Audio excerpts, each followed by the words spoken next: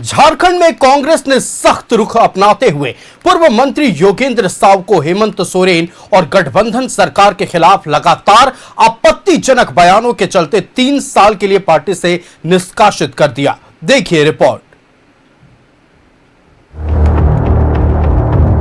साथियों, अभी पता चला है कि मेरा जोरदाग स्थित घर, जहां मेरी पत्नी पूर्व विधायक निर्मला देवी रह रही थी और मैं कुछ काम से बाहर आया हुआ था, तो पता चल रहा है कि वहां भारी पुलिस बल लेकर के घर को तोड़ दिया गया और घर को पहले भी फैक्ट्री को जमींदोज कर दिया गया।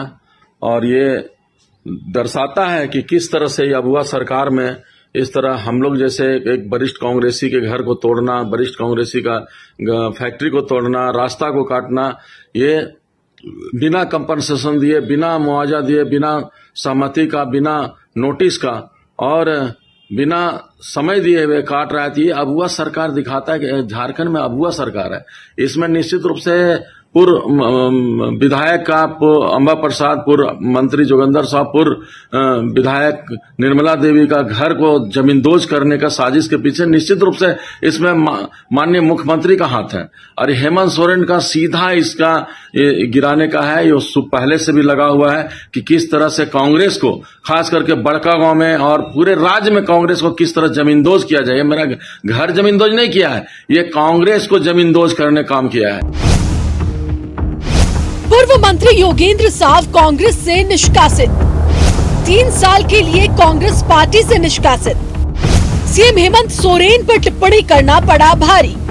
पूर्व मंत्री और कांग्रेस के दिग्गज नेता योगेंद्र साव को सीएम हेमंत सोरेन पर टिप्पणी करना भारी पड़ गया। योगेंद्र साव के बयान पर जेएमएम ने कड़ी प्रतिक्रिया दी। जेएमएम के केंद्रीय महासचिव सुप्रियो भट्टाचार्य ने कहा कि योगेंद्र साव जिस भाषा और लहजे का इस्तेमाल करते हैं, उनके साथ आज जो कुछ हो रहा है वह बेहद स्वाभाविक है। लेकिन उनकी जो ये भाषाएं है ना, ये भाषा ही बताता है कि घर क्यों टूटा है।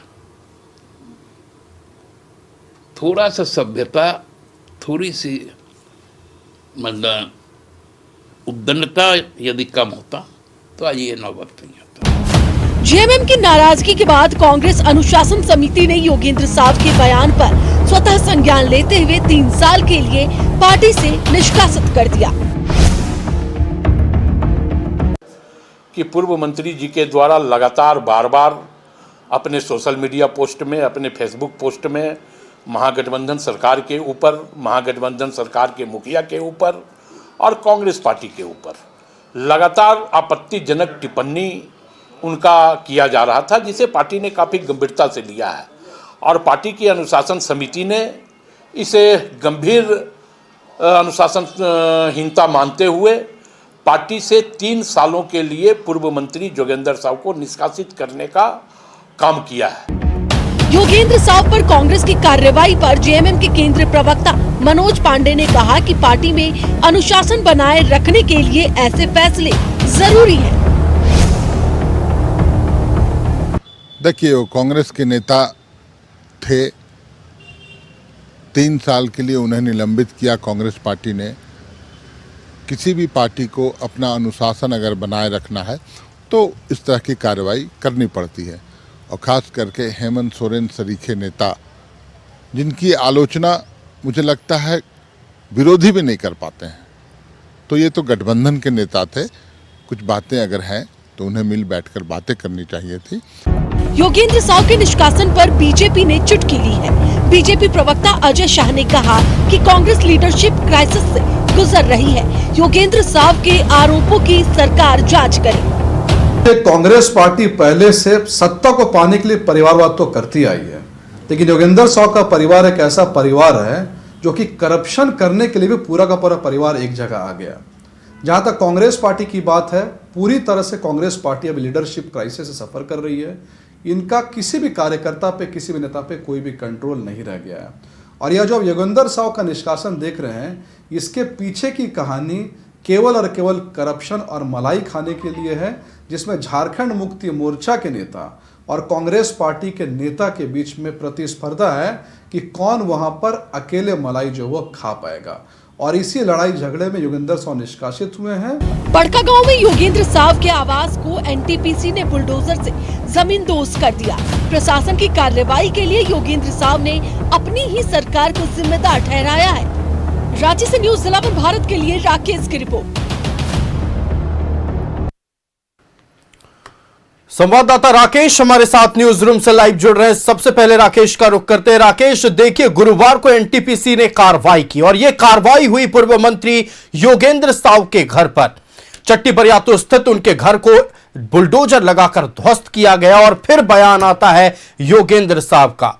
महागठबंधन सरकार पर कई तरह के गंभीर आरोप लगाए गए, मुख्यमंत्री हेमंत सोरेन पर कई तरह के गंभीर आरोप लगाए और उसके बाद कांग्रेस ने कार्रवाई की और योगेंद्र साव को 3 साल के लिए पार्टी से निष्कासित कर दिया।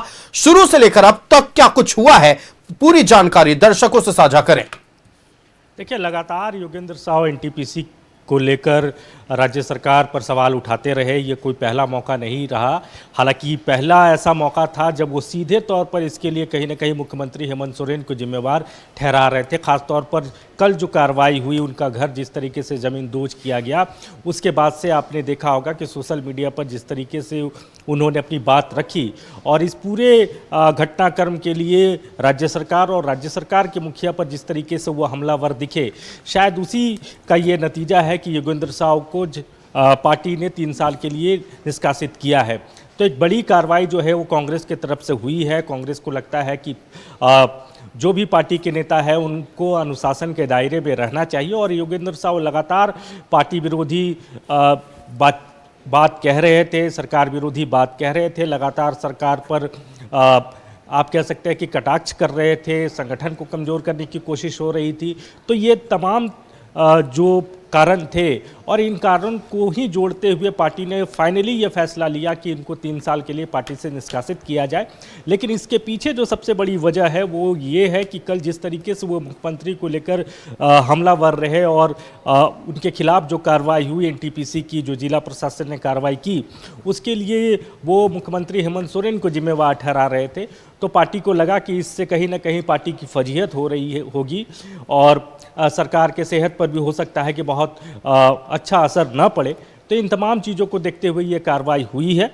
अब उसके साथ साथ एक मैसेज भी है कि देखिए, अगर आप सरकार में है, संगठन को अगर आप लेकर चल रहे हैं तो आपको ऐसे बयानों से बचना होगा। तो ये एक मैसेज उन दूसरे लोगों के लिए भी है जो सरकार को लेकर या अपने संगठन को लेकर इस तरह का बयानबाजी करते रहते हैं। और योगेंद्र साव इस बात को लगातार कह भी रहे थे कि देखिए, झारखंड मुक्ति मोर्चा जो है वो कांग्रेस को यहाँ ख़त्म कर रही है। तो कई वजह रहे और इन्हीं वजहों को मिलाकर अगर आप देखें तो फिर योगेंद्र साव का जो निष्कासन हुआ है वो आप कह सकते हैं कि कहीं ना कहीं पार्टी को लग रहा था कि इस तमाम चीज़ों से पार्टी की फजीहत हो रही है और सरकार के सेहत पर इसका असर पड़ रहा है, जिसे देखते हुए ये जो निर्णय है वो आया है। आयुष, निश्चित तौर पर देखिए, इसको देखते हुए निर्णय आया है और खास तौर पर जब से ये एनटीपीसी का मुद्दा शुरू हुआ है, हमने देखा कि पुलिसिया लाठीचार्ज भी हुई थी। उस दौरान भी योगेंद्र साव ने कई तरह के बयानबाजी की थी। हमने देखा कि लगातार पूर्व विधायक अंबा प्रसाद भी धरना प्रदर्शन करती नजर आई। एक बैठक भी बुलाई गई थी लेकिन समझौता होता नजर नहीं आया था। मतलब साफ तौर पर अब जो तकरार है वो सड़कों पर और धरातल पर देखने को मिल रही है। राकेश, नहीं, बिल्कुल आपने ठीक कहा। और ये टकराव की जो स्थिति बनी है ये कोई नई स्थिति नहीं है। लंबे समय से एनटीपीसी को लेकर योगेंद्र साव का जो पूरा परिवार है वो सड़क पर आंदोलन करता रहा है। चाहे वो अंबा प्रसाद हो, चाहे खुद योगेंद्र प्रसाद साव हो, लगातार उनका संघर्ष जो है एनटीपीसी को लेकर दिखा है बीते कई वर्षों से। लेकिन जब चीज़ें ज़्यादा हो जाती है, सर से पानी जब बहने लगता है तो फिर पार्टी को एक्शन लेना पड़ता है। और आपने देखा होगा कि झारखंड मुक्ति मोर्चा की तरफ से भी बयान आया, उनके नेताओं की तरफ से ये कहा गया कि जिस लहजे में वो बात करते हैं, जिन शब्दों का वो चयन करते हैं, उनके साथ जो चीज़ें हो रही है वो बहुत स्वाभाविक है, बहुत नेचुरल है। तो ये जेएमएम का ऑफिशियली बयान उनको लेकर आया है। दूसरा, जिस तरीके से उनका निष्कासन हुआ उसके बाद आपने देखा होगा कि पार्टी ने कहा, खासतौर पर अगर आप झारखंड मुक्ति मोर्चा की बात करें तो उनके तरफ से ये कहा गया कि देखिए, पार्टी में अनुशासन सर्वोपरि है और कोई अगर अनुशासन तोड़ता है तो उसके खिलाफ ऐसी कार्रवाई होनी चाहिए। तो हर कोई कहीं ना कहीं से जस्टिफाई कर रहा है। लेकिन अब योगेंद्र प्रसाद अब इस कार्रवाई के बाद क्या उनका नेक्स्ट स्टेप होता है या फिर अंबा प्रसाद क्या कुछ करती हैं, क्योंकि खबरें ये भी आ रही हैं कि हो सकता है कि कल या परसों अंबा प्रसाद खुद इस मामले को लेकर प्रेस कॉन्फ्रेंस करे। लेकिन इस बीच जो बड़ी कार्रवाई हुई है उसके बाद क्या अंबा प्रसाद प्रेस कॉन्फ्रेंस करती हैं या नहीं करती हैं, ये भी देखना होगा। हालांकि योगेंद्र प्रसाद पार्टी में किसी पोस्ट को होल्ड नहीं कर रहे थे, पीसीसी के वो सदस्य ज़रूर हैं, पूर्व मंत्री रहे हैं, पूर्व विधायक रहे हैं, लेकिन एक ओबीसी चेहरा ज़रूर वो पार्टी का रहे हैं। और बड़का गांव के पूरे इलाके की अगर बात करें, हजारीबाग पूरे क्षेत्र की बात करें, तो एक अच्छा होल्ड उनका रहा है। और यही वजह है कि लगातार चाहे वो योगेंद्र प्रसाद हो या उनकी बेटी अंबा प्रसाद हो या फिर उनकी पत्नी हो, लगातार वहाँ से वो लोग चुनाव जीतते भी रहे हैं। तो एक तो होल्ड तो है, निश्चित तौर पर पकड़ तो जमीनी स्तर पर जरूर है, क्योंकि जब एनटीपीसी की ओर से बैठक बुलाई गई थी उस दौरान ही हमने देखा था कि योगेंद्र प्रसाद को कितना जन समर्थन मिला और अंबा प्रसाद को कितना जन समर्थन मिला। ऐसे में चूंकि अनुशासनात्मक कार्रवाई की गई है, लेकिन कांग्रेस को आगे यह भी देखना होगा कि इससे आगामी चुनावों में कितना फर्क पड़ सकता है। आपका हमारे साथ जुड़ने के लिए राकेश और तमाम जानकारियां साझा करने के लिए बहुत शुक्रिया। तो देखिए, पूर्व मंत्री योगेंद्र प्रसाद साव को कांग्रेस पार्टी ने 3 साल के लिए निष्कासित कर दिया है।